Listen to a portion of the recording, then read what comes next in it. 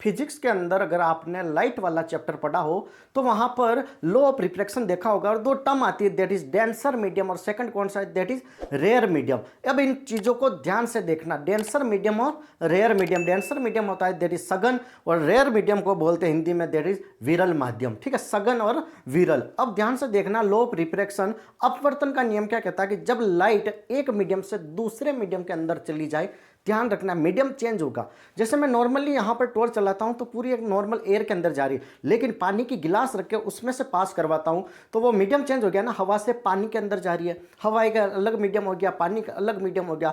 तो जब हवा से पानी के अंदर वो रे जाएगी तो रे एक तो नॉर्मली स्ट्रेट जानी चाहिए, ऐसे जाके हल्की सी बेंड हो जाएगी, हल्की सी बेंड हो जाएगी, that is law of refraction अपवर्तन का नियम। तो यहाँ पर कहता है कि डेंसर से रेयर मीडियम में पास करो या रेयर से डेंसर मीडियम में पास करो, लाइट की फील्डिंग बिहेवियर चेंज हो जाएगा। अगर आप हवा से पानी के अंदर घुमा रहे हो तो लाइट का एंगल कम ज्यादा होगा। ठीक है, पानी से फिर बाहर की तरफ निकाल रहे हो तो वहां पर एंगल वेरी करेगा, हो सकता है एंगल बढ़ जाए तो उस केस में घट जाए, मतलब अपोजिट चीजें चलेगी, उसको हम यहां पर डिस्कस करेंगे। तो फर्स्ट हम बात करते हैं that is about the denser medium. Definition कह रहा है medium with high density, density high होगी मीनिंग मोर मास पर यूनिट वॉल्यूम। ठीक है, जिसकी डेंसिटी ज्यादा हो, मास पर यूनिट वॉल्यूम ज्यादा हो, that is the denser medium. And whenever we are talking about the rare medium, a medium with a lower density, जिसका mass कम हो पर यूनिट वॉल्यूम में। कंपेयर करो, अगर मैं हवा और पानी की बात करता हूं तो हवा का मास कितना फैला हुआ है, लेकिन पानी का मास कंसंट्रेट है, मतलब एक कम है, मतलब बहुत कम वॉल्यूम में ज़्यादा मास होगा। तो अब यहाँ पर जिसका मास ज़्यादा होगा, पानी और हवा के अंदर किसका होगा, पानी का। तो यहाँ पर डेंसर मीडियम सघन माध्यम कौन सा हो गया, पानी, in comparison to air. Clear है। अगर मैं पानी और एक स्टोन पत्थर की बात करता हूँ तो पानी से ज़्यादा डेंस कौन होगा, स्टोन। तो दैट इज स्टोन होगा डेंसर मीडियम और उस केस में पानी होगा that is rare medium. Clear है। अब आपके पास सामने स्क्रीन पर दो चीजें नजर आ रही है कि एक बार हम लाइट को रेयर से डेंसर मीडियम में पास करवाते हैं, एक में हम डेंसर से रेयर मीडियम में पास करवाते हैं, तो दोनों में क्या चेंज होता है, ध्यान से सुनना, ध्यान से डायग्राम पर देखना।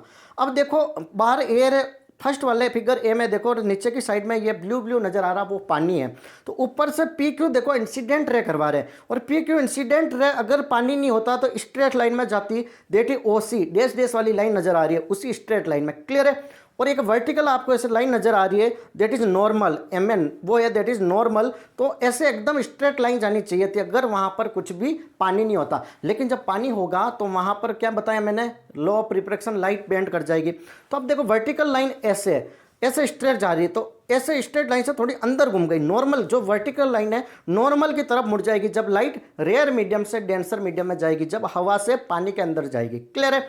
तो वो नॉर्मल की तरफ मुड़ जाएगी, ऐसे जानी चाहिए थी तो ऐसे है तो ऐसे मुड़ जाएगी, मतलब ऐसे जानी चाहिए थी ऐसे तो ऐसे मुड़ जाएगी। क्लियर है। तो नॉर्मल के ये नॉर्मल है वर्टिकली, ऐसे जानी चाहिए थी तो ऐसे घूम गई, समझ में आए, ऐसे रे जानी चाहिए थी, ये ऐसे नॉर्मल फोन वाला जो मान लो दैट इज अ नॉर्मल, तो नॉर्मल की तरफ मुड़ जाएगी जब रेयर से डेंसर, विरल से सकल माध्यम में जाएगी। क्लियर है। सेकंड कह रहा है कि जब डेंसर से रेयर मीडियम में चली जाए, डेंसर मान लो जब पानी से हवा के अंदर डाल देता हूं तो इंसिडेंट रे देखो डैश डैश डैश डैश जा रही है। अब इंसिडेंट तो मैंने बता दिया, अगर हवा सारा एक ही मीडियम होगा तो स्ट्रेट लाइन में जाएगी, लेकिन मीडियम चेंज करते ये क्या हो रही, पहले जैसे वर्टिकल नॉर्मल है लाइन ऐसे ऐसे मुड़ जाएगी, लेकिन अब जब डेंसर पानी से हवा में जा रहा है तो लाइट अवे पर चली जाएगी, नॉर्मल से दूर चली जाएगी। ये जैसे नॉर्मल है, पहले तो ऐसे आ रही थी रेयर से डेंसर में, डेंसर से रेयर में अब ऐसे